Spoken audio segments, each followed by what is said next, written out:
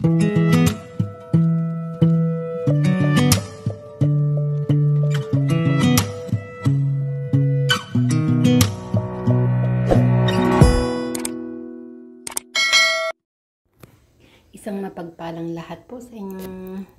mapagpalang araw po sa inyong lahat. I'm Angel Violet Vlogs at ito po ang aking kwento bilang isang OFW. Umagang-umaga yan.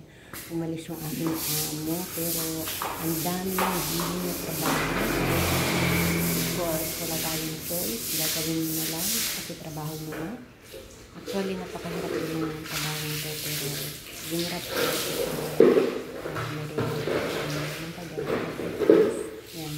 Ito po number 1 kung bakit nagtitiis muna dahil hindi naman sa lahat ng pagtitiis. So, kailangan mo na nagtitiis magawa mo yung next step na nandyan sa iyong isipan. At of course, sa tingin ko dito sa hindi lahat ay madali. Kung una, pagka mayroon ka hindi na yung bago pa lang ako dito, pag hindi ko nagustuhan, ayoko dito, palit agad ng amo. And then, sabi yun. Pero ngayon kasi, dahil siguro sa tagal mo na dito, parang ayaw mo na ng ganun. Magbabago rin yung sistema bilang isang worker. So, yun na nga. So, yun lang yung mga advice ko. Hindi lahat ng bagay ay madali.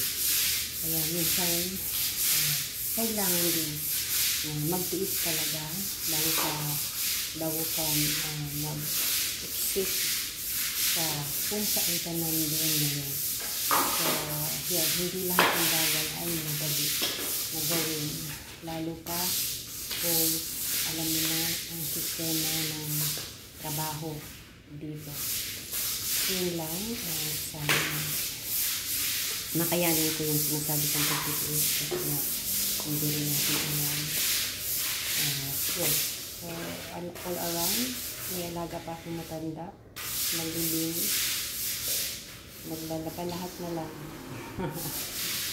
Ang hirap. Ngayon yung tipong sa umaga, naghanap na ng matanda. Ngayon hindi ka pa nakakalagot na isip sa first time. Yan nangyari sa buhay ko pero kailangan ko mag-is dahil meron kang goal na kung ma-achieve at talagang mo kung achieve ka kaagad hindi mo magagawa yung next step. So, yun lang. Kailangan mo